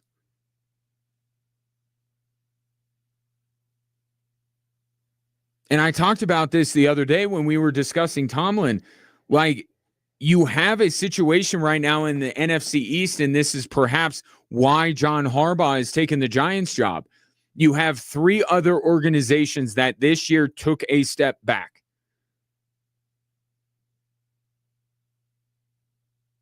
Dallas traded Micah Parsons, and they can't win that trade unless they cash in with the draft capital that they got back. Of course, they got Quinnen Williams, which was part of it, but they got to finish the job here and make the Micah Parsons trade worth it.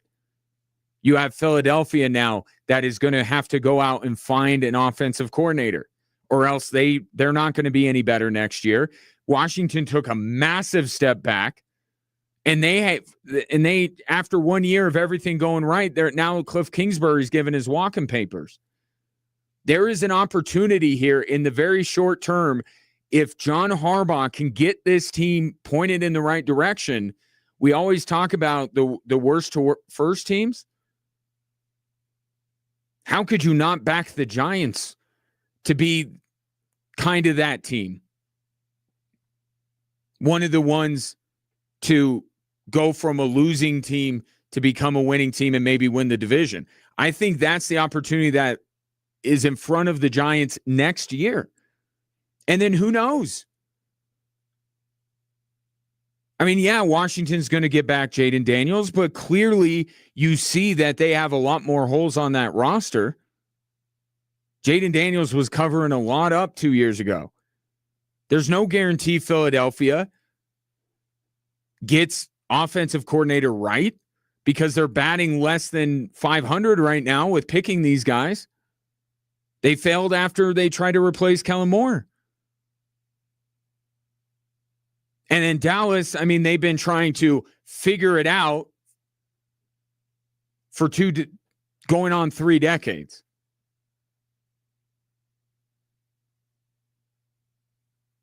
I think that's why this job appealed to John Harbaugh, and I think this is why it is a huge get for the New York Giants and why this marriage now has the potential to put the Giants on top of the NFC East as soon as next year. 719-247-1313. Take your thoughts on the 3 stories that are driving the show. We'll have more Drive Time Sports right after this on 740 KVOR and Extra Sports 1300.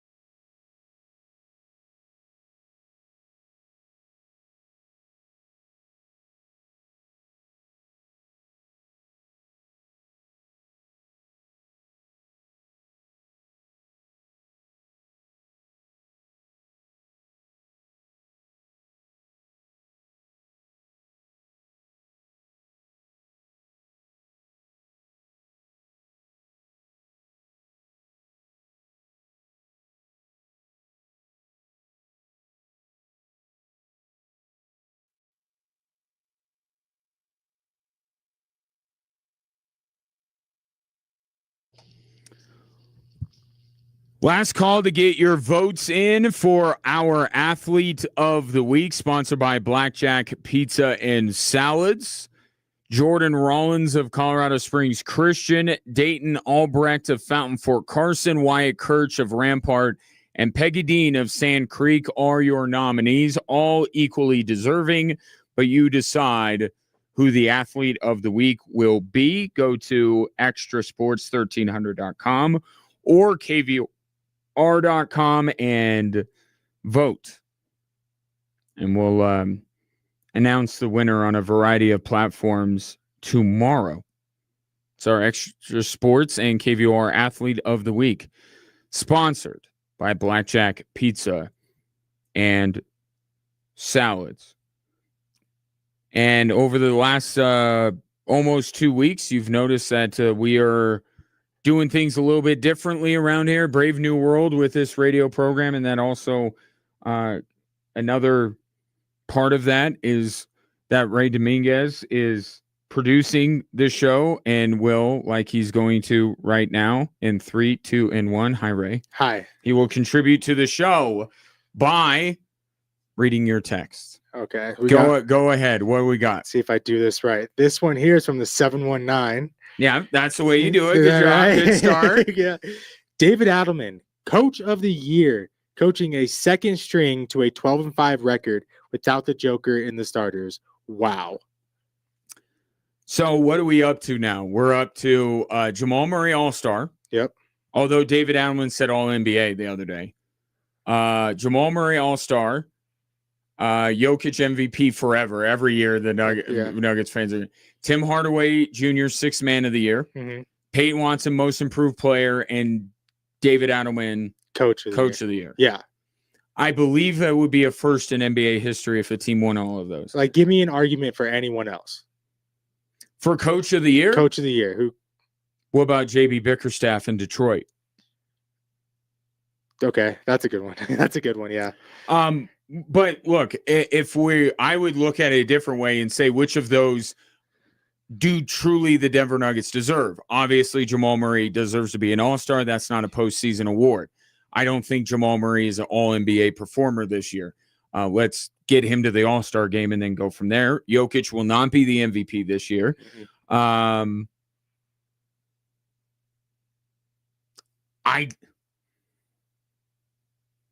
I don't think David Adelman ultimately wins Coach of the Year. And one of the reasons is because we saw this team perform and take OKC to 7 games last year with David Adelman.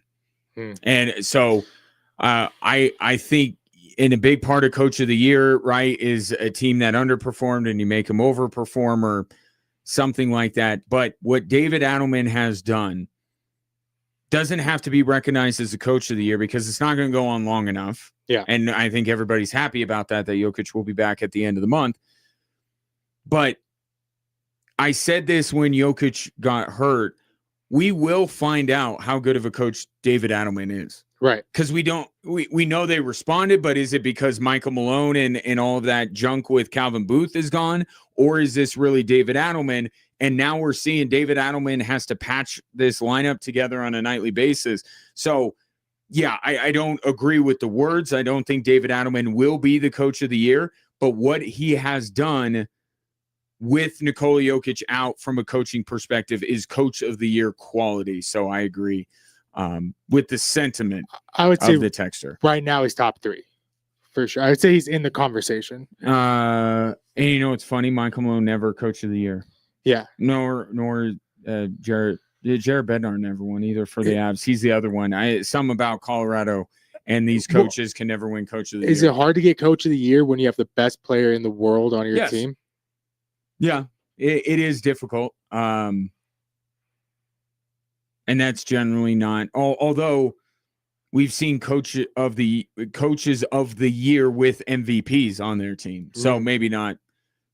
But look, the fact of the matter is David Adelman has done a phenomenal job, as has the players that he's empowered to get big minutes over this stretch, and the Denver Nuggets are not only surviving but borderline thriving without Nikola Jokic. So would you, and one last, you said, would you put in a lock Peyton Watson, most improved player?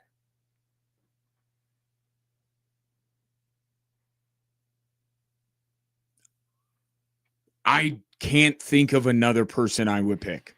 No. Right now. I could think of other Coach of the Year candidates. I can think of other MVPs. In fact, Luka was my pick at the beginning of the season. So I don't know who. I can think of one. For most improved? He plays in Brooklyn. No. Oh my gosh. Wouldn't that be something? Yeah. Your most improved player goes to Michael Porter Jr. Oh man, that would be something. No, that's a good call though, because Michael Porter's going to get some love for that. But it's so weird. You usually think about most improved being younger though. Right. But I mean, he's on the potential All-Star right now. Yeah. I don't know if Michael Porter is improved. I think Michael Porter is. I'm going to say this, and look, Denver was good to him. Denver took a chance on him when no one else did, all that kind of stuff. He's been freed in many ways out of as I mentioned, that box that fourth guy on the Denver Nuggets is kind of thrust into. So wouldn't that be something in Michael Porter? What if Michael Porter goes, and I know East-West, Michael Porter is an all-star and Jamal Murray isn't? Wow. That would be a Nuggets fans riot. Oh, yeah. Yeah. All right, from 719. Did someone say the only thing the Bills can do is run the ball? Oh boy, they're in for a rude awakening. No, and I disagree with the texter that said a lot of those things. But just to be fair, what he was saying is that because of the injuries to the Bills receivers, the Bills could be a little bit more one-dimensional, and I think he was also making a nod to the Broncos' pass rush and making it very difficult for Buffalo to throw the ball. I don't think that's the only. He was saying the Broncos can make Buffalo one-dimensional, not that the only thing the Bills can do is run the ball. So, All right, another 719. Sean Payton's gonna send out SmackDown Hit 2.0 on Josh Allen. Watch. Stop. We're not doing. Wait, they didn't say Bounty Gate though, right? No. Well, that's not going to do that. No. But the Denver Broncos are going to hit them, and you've watched the Denver Broncos play. They do not lightly hit opposing quarterbacks. So, I mean, it's going to be a natural byproduct of the game, and it's the nature of the beast. If Josh Allen is not healthy enough to play, then he shouldn't play. He's healthy enough to play, and the Broncos are well within their right to hit him within the rules as much as they want. And that's the nature of Josh Allen's, the way he plays. When he runs, I don't see him slide a lot. No, and also remind me the last time Josh Allen had a scan and there was nothing wrong. Yeah. He's perpetually injured. He's hurt. As my dad used to say, are you hurt or are you injured? Yeah. If you're hurt, you can play. If you're injured, you can't. Josh Allen is perpetually hurt. Mm-hmm. And it doesn't seem to really bother him that much. But the Broncos will try. Again, he hasn't faced a defense like the Denver Broncos in the postseason. So we'll see what happens. It's going to be a fun game. Cinema is the word I used. That's a great word. It was going to be cinema. I will say this. Was that all the text? Yeah. One thing that we didn't discuss yet, the biggest X factor. What would be the impact psychologically on Josh Allen, knowing that his fiance and mother, soon to be mother of his child, is a Broncos fan? Yeah. Yeah, that is. Whew. She's not from. So let me fill everybody in Yeah. because not everybody is continuously online like Ray and I are. Some pictures have surfaced and tweets. Tweets have surfaced from Haley Steinfeld. By the way, as much as I feel great shame for as much as I am online, I can at least hold my head up high that I wasn't deep diving Haley Steinfeld's Twitter to try and find. I mean, do you go into that thinking that you're going to find something, or are you just hoping against hope? Anyway, Haley Steinfeld, not Seinfeld. Haley Steinfeld has worn an Broncos gear and has openly cheered for the Denver Broncos. We have visual evidence that she, and what, did she go to a Broncos game? She must have been. She must have been. That must have been where the picture was. Right. Was at a Broncos game. It was, I think it was 2016. She was dabbing. So I don't. Dabbing? Yeah, I don't know if that's in a Broncos shirt. This has the potential to tear the Allen Steinfeld house apart. So a reporter said she did ask Josh Allen about the photo. Somebody asked Josh Allen about the photo? Yes. Okay. So what did Josh Allen say about the photo? So ask Josh Allen about the picture. Sorry, 1 second. You know, internet just keeps messing up here. Ask Josh Allen about the picture. Come on, where are you at? Give me a second. It's taken. It keeps refreshing on me. And Josh Allen said, "That's it. We're done." That's it. Yeah, he said, first you picked the Golden Globes over me. Oh, he made a joke about it? No. I'm just. Oh, okay. You're just adding here, give to me the one. bit. I don't know what's happening here. 1 second. I will find this. My guess is he wasn't angry about it. Yeah, okay. Asked Josh Allen about the picture. He told me he had no idea it was floating around. Laughed and said she was probably paid to be there. And that he definitely wasn't gonna bring it up at home. That was a reporter. Oh boy. I mean, that it's not on the level of Nikola Jokic had a Nugget sweater in Serbia when he was a kid. Oh yeah. But this is pretty. I mean, what a coincidence. You know what? Because you kind of have to look at it. Because Haley Steinfeld's not from Denver. No, and you know, you kind of have to look at it now. Travis Kelce, we don't know. Maybe might not come back. So we need a new power couple for the NFL. And will it be Josh Allen and Haley Steinfeld? I will argue. I believe the two of them have been dating for longer than Kelsey and Swift have, yes? I believe so. What has stopped them from being that earlier? I don't think they want it. I don't think they want because if you look at just the levels of Taylor and Haley. Well, sure. Right. And the level of Josh. The Chiefs, and I know the Chiefs are Kansas, but they've been a dynasty for the last decade. Yeah. Which, as much as we talk about Buffalo not a huge market, not in the going to Super Bowls and all that kind of stuff. But I really don't think that I don't see Haley at a lot of Josh Allen's games. No. So now it's like you can't, right? You're not going to be able to compete with them. No. But I even think once Taylor and Travis are gone, that. But I don't think they will be. Do you think there'll be signs of the picture from fans at Mile High? I mean, absolutely. Yeah, absolutely. Right. Well, why wouldn't you? Why wouldn't you? And it's all in good fun. No, we're not gonna. I mean, there are worse things to put on a sign or to chant at Josh Allen on Saturday than just to merely have a screenshot of a tweet where his fiance is wearing a Broncos gear. And at the same time, do you want angry Josh Allen? That's true. Everybody be super nice to Josh Allen and Haley Steinfeld. Exactly.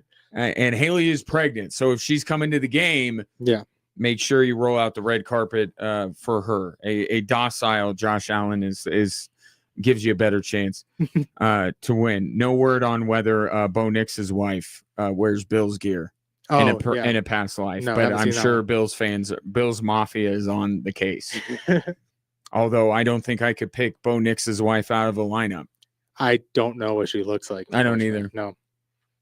So good luck, Bills Mafia. You got your work cut out for you, but you do have less than 48 hours. And that concludes the TMZ portion of the program. Haley Steinfeld, secret Bronco fan. Somebody needs to ask her, wasn't it Golden Globes the other day? Yeah. The timing is just off. Yeah. Because Haley was a presenter. Yeah. If the picture would have leaked sooner, she could have been asked on the red carpet who she is rooting for this weekend. And she would no doubt say the Denver Broncos. I am sure of it. Yeah, no, she 100%. Just another, as if we explore all avenues, all competitive advantages for these two teams. We will explore. So, yeah, that's going around social media that Haley Steinfeld wore Broncos gear and openly rooted for the Broncos. Yeah, again, it wasn't just like she wore a Broncos shirt. Yeah, it was. She said something like "Go Broncos." Yeah. I think there's a video of her dance, like getting excited about the Broncos. But what year did you say it was? 2016, I believe. I could be wrong. I believe 2016. Okay. So not the best year to be a Broncos fan. Bills Mafia, right? Bills Mafia would chalk it up to her being young and stupid, right? That's what Bills fans would say. So there you go. Chung chung chung. I'm gonna go get my giant, oversized cup to drink out of the straw. Ray Dominguez, ladies and gentlemen, he will be a regular contributor on the show as the producer moving forward. Take your thoughts if you want to get more text messages in. 719-247-1313. Drive Time Sports continues here on Extra Sports 1300 and 740 KVOR.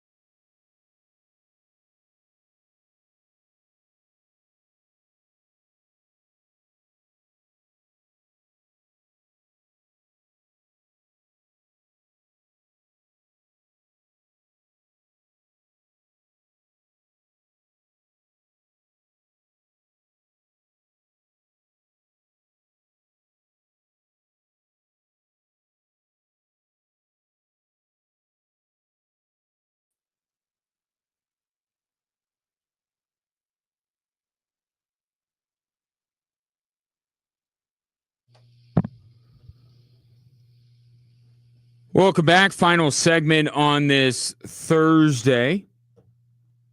Good conversation today. Still time if you want to get in here at 719-247-1313. Thanks to Ray Dominguez, going to be my producer moving forward. And some of you have already met Ray even before. He just chimed in there because he's the one picking up the phone when you call 719-247-1313. So, Ma, I finally made it. I get producer. How about that? So John Harbaugh, again, agrees reportedly to be the next head coach of the New York Giants. I think it makes a ton of sense. The Baltimore Ravens at a very different stage in their franchise than the Giants are. I think what Harbaugh brings to the table, what he did in Baltimore is exactly what New York needs. There's a lot of credibility that goes with the New York Giants, a proud franchise, a good brand that has taken some hits over the years in terms of how good the operation is there with Jackson Dart, with the defensive players that they have. They'll get their weapons back offensively. Malik Neighbors is who I am referring to, and Cam Scattaboo. I think the Giants have a chance to be very good next year. Now, ultimately, the question becomes, can John Harbaugh win a Super Bowl in New York? And I can't go that far. In fact, tell me the last time a coach has won a Super Bowl for two different franchises as the head coach.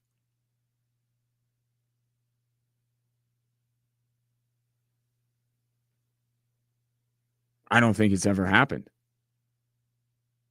Which this is not bringing this to the Broncos, but it is worth noting. But look, you figure that stuff out later. If the New York Giants get to the point where the Ravens were at with John Harbaugh, they'll be elated because they'll have multiple playoff appearances. Jackson Dart will have multiple MVPs. Like, it is a great get for New York. And I understand why Harbaugh wants to go to New York. Of the jobs that are open,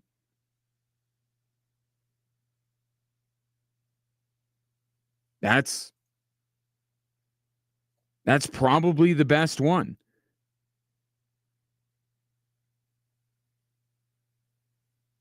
I'll throw this out there, though. What if? Because we've talked so much about the stakes for the Denver Broncos, and obviously, why wouldn't we? But let's talk about the stakes for the Buffalo Bills. And we'll talk more if this all comes to fruition on Saturday. Is Sean McDermott safe if the Buffalo Bills lose? Now, it always, people say, oh, win's a win and the loss is lost. No, how you lose is as important as the fact that you lost. So we'll see how it transpires that Buffalo loses the game on Saturday, if that is indeed the case. But what if Bills lose Saturday with all of these other organizations with longtime coaches saying, you know what, good enough is not good enough anymore? Could Buffalo fire Sean McDermott? And does the fact that a certain long-tenured head coach that used to be in the AFC North, now that he's on the unemployment line, could that move the Buffalo Bills more in the direction of we got to move on with McDermott? From McDermott, I should say. Not move on with, quite the opposite.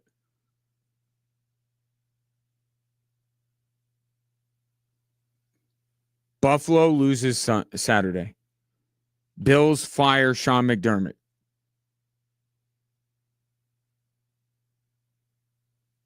And they reach out to Pittsburgh and say, what do we have to give you? What do I have to do to get us Mike Tomlin today?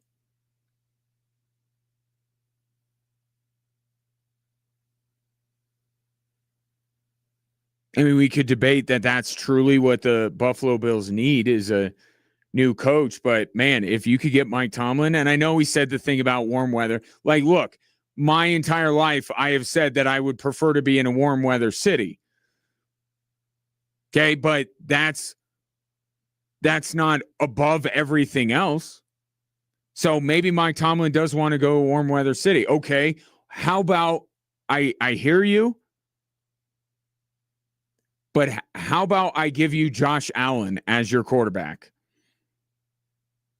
Would the fact that Buffalo is a little bit chilly be okay with you now? Now, this can all be back-channeled, right? But all I am saying here, not predicting Mike Tomlin is the new head coach of the Buffalo Bills when they open that brand new stadium of theirs next year. All I am saying is that either through back channels or closed door conversations, if the Buffalo Bills lose to the Broncos on Saturday, how could they not be discussing the idea and maybe taking some actionable steps to see if Mike Tomlin to Buffalo is feasible? Because if I'm Pittsburgh, I'd be just as good, making the Mike Tomlin trade now. I mean, there's something to be said for, waiting teams out and maybe the offer gets richer. I don't know. If somebody came to them and said, we're going to offer multiple, what did the Broncos give up for paying a first, a second, and a third?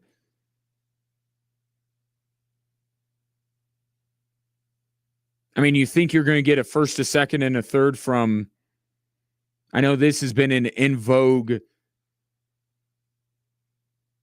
guy to throw out there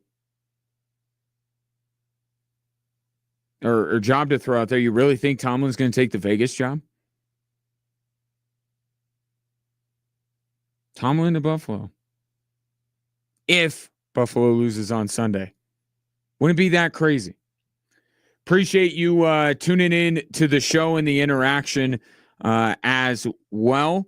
My thanks to Corey Roldan for joining me. Make sure you check him out tonight at 6 on KKTV for the first of 2 Broncos specials leading up to the Broncos and Bills game.